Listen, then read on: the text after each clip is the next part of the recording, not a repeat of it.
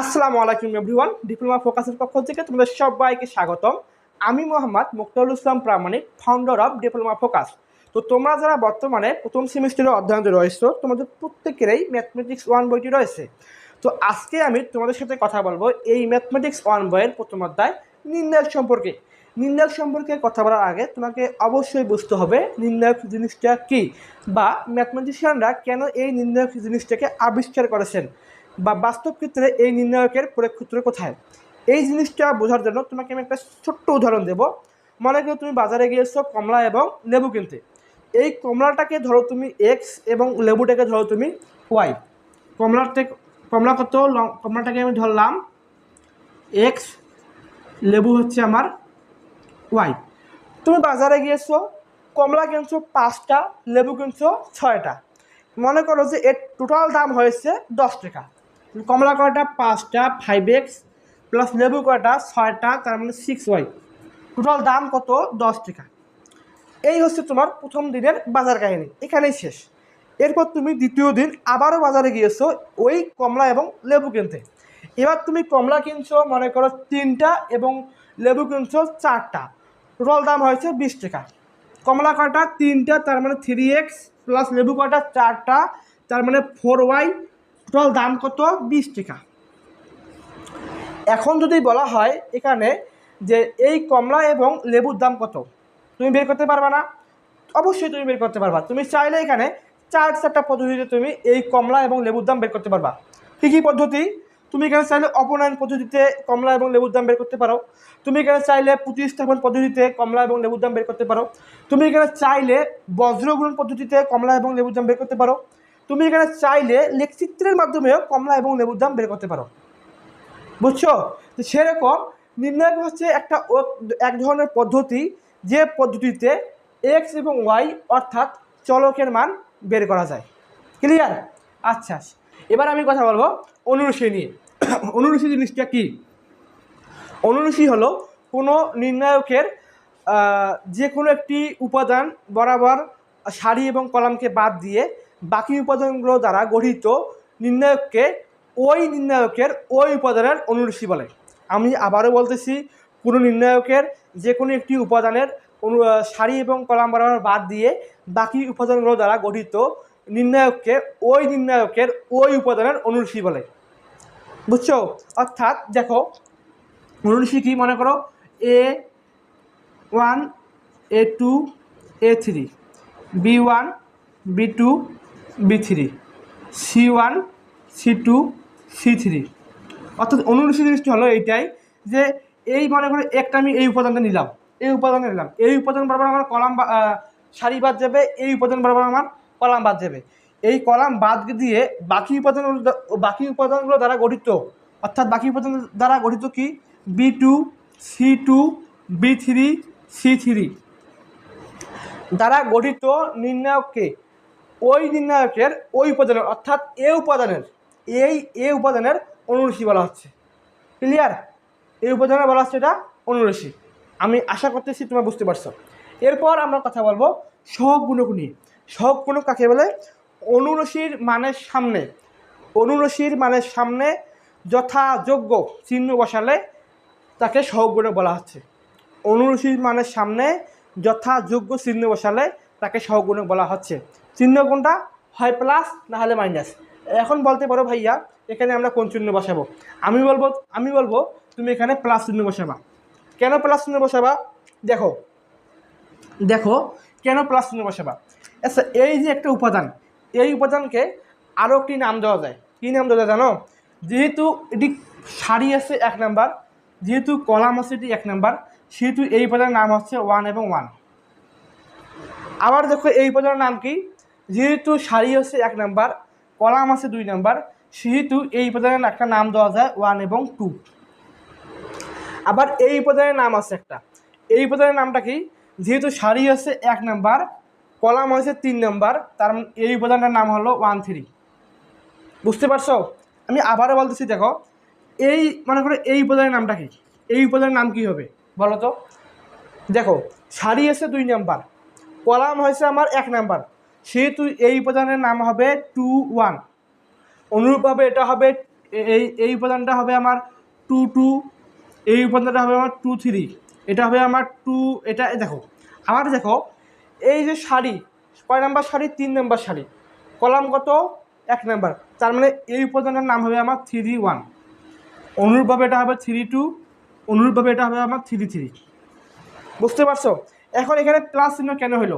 যদি এই উপাদানগুলো এই যে নাম দিলাম 1 1 1 2 1 3, এগুলো যোগ করে যদি জোড় সংখ্যা হয় তাহলে হবে প্লাস, আর যোগ করে যদি বিজোড় সংখ্যা হয় তাহলে হবে মাইনাস। দেখো আমি যদি এখানে 1 এবং 1 যোগ করি কত হয় 2, তার মানে জোড় সংখ্যা, এই কারণে এর সামনে প্লাস হবে।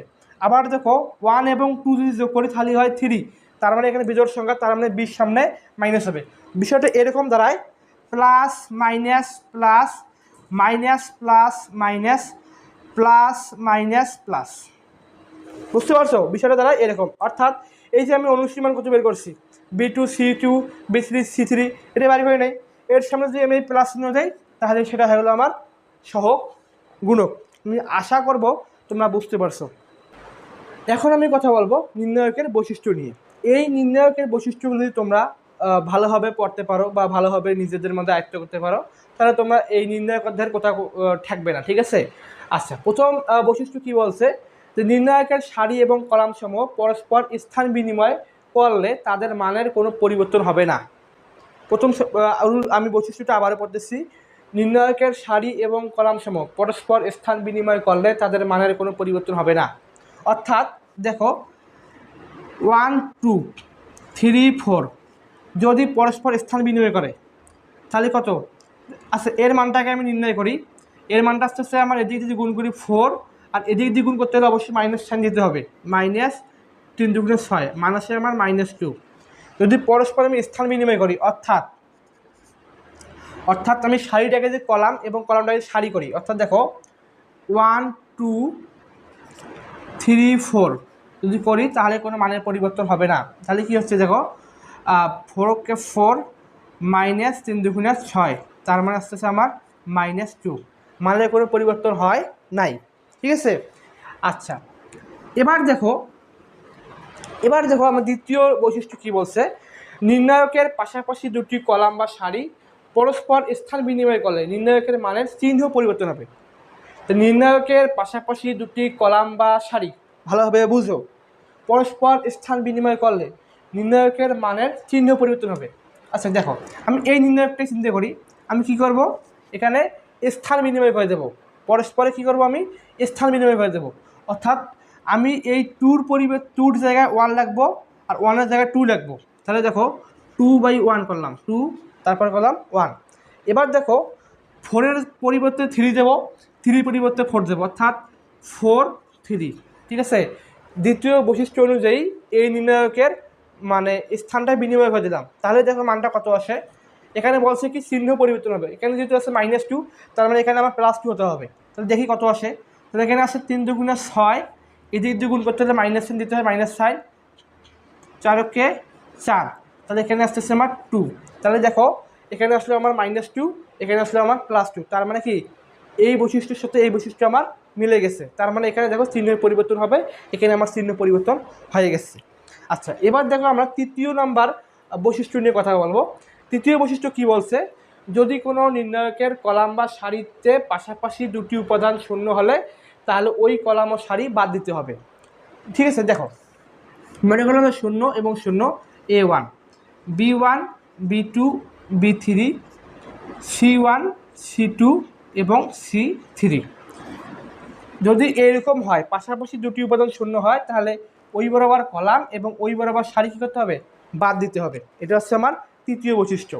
এরপর হচ্ছে 4 নম্বর বৈশিষ্ট্য কী বলছে, নির্ণায়কের দুটি সারি বা কলাম একই হলে তার মান কী হবে? শূন্য হবে।